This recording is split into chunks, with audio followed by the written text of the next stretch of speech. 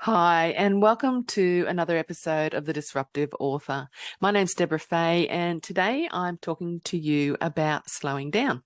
And I'm going to give you 5 ways to pace yourself through the publishing journey. Now, publishing a book is one of the most exciting things that a writer can do in their lifetime, obviously. It's the realization of a long-held dream for most who've carried a vision in their hearts of the day when they can finally say, I am a published author. Every single one of them will have had to overcome barriers of both personal and professional nature to become published. Self-doubt, self-sabotage, a lack of time, lack of support, lack of knowledge, lack of clear direction. These are just some of the things that an author might have had to overcome to get here. Ultimately, though, their resolve to realize their dream would have helped them to push through and do what needed to be done, which is absolutely wonderful. Something I've noticed about most authors, though, is that once they've finished writing their first draft, they developed like a sense of urgency around their book that goes way further than simply being excited about getting it published, and it can cause unnecessary pain. It's like they're suddenly completely dependent upon having their book published or their life will surely fall apart. And they get into this zone where they develop a laser-like focus on a deadline and they forget why they started down this road in the first place. They start rushing through things, missing things, and making decisions about their book that are not in their best interests, and all because they're in such a hurry to get it done and get it out there quickly. But what happens is they end up with an inferior product that they're not as proud of as they would like to be. It costs them more time and money than they'd budgeted for, and the book doesn't have the impact that they want it to have when it launches. Plus, there's this really icky energy that goes with the whole experience. It's a sort of desperation, I guess, that threatens to steal the joy from the process.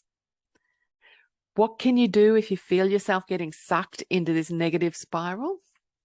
Well, the first thing you can do is just stop and breathe, okay? Secondly, understand that writing your book is only a small part of the process, and there are many more stages that need to be taken care of and taken care of well before you can call yourself a published author. Once your first draft is completed, it needs to be edited, and that can be a long, drawn-out process that tests your resolve and makes you want to kill people. No, not really, but it can be uncomfortable, and it does require that you keep showing up and going over your work several times before it's completed. The worst thing you can do now is to shortchange yourself by not giving this stage the attention that it deserves. Then there's the formatting, which is also quite frustrating in parts. Cover design, it has to be right or it's just not right, right? And once you get to the stage where you have to approve the ARC, that's the advanced reader copy, you need to go over it with a very keen eye and pick up everything you see that doesn't look right to you. It is far better to give these things the attention they require now than have to do it later when it costs extra time and money to change. The third thing you need to do is remember what you set out to achieve with your book in the first place. So what sort of a difference did you want your book to make to you and to your reader? Did you want to help someone with your writing? And if so, who? Who did you want to help? How did you want to help them? And how can rushing this process actually help them more? I can tell you that rushing it won't help them. If anything, rushing things will mean that you miss things, and missing things means you will miss what you set out to do in the first place. So remember your why. The fourth thing you can do is focus on the outcome you want for your book, not the launch date.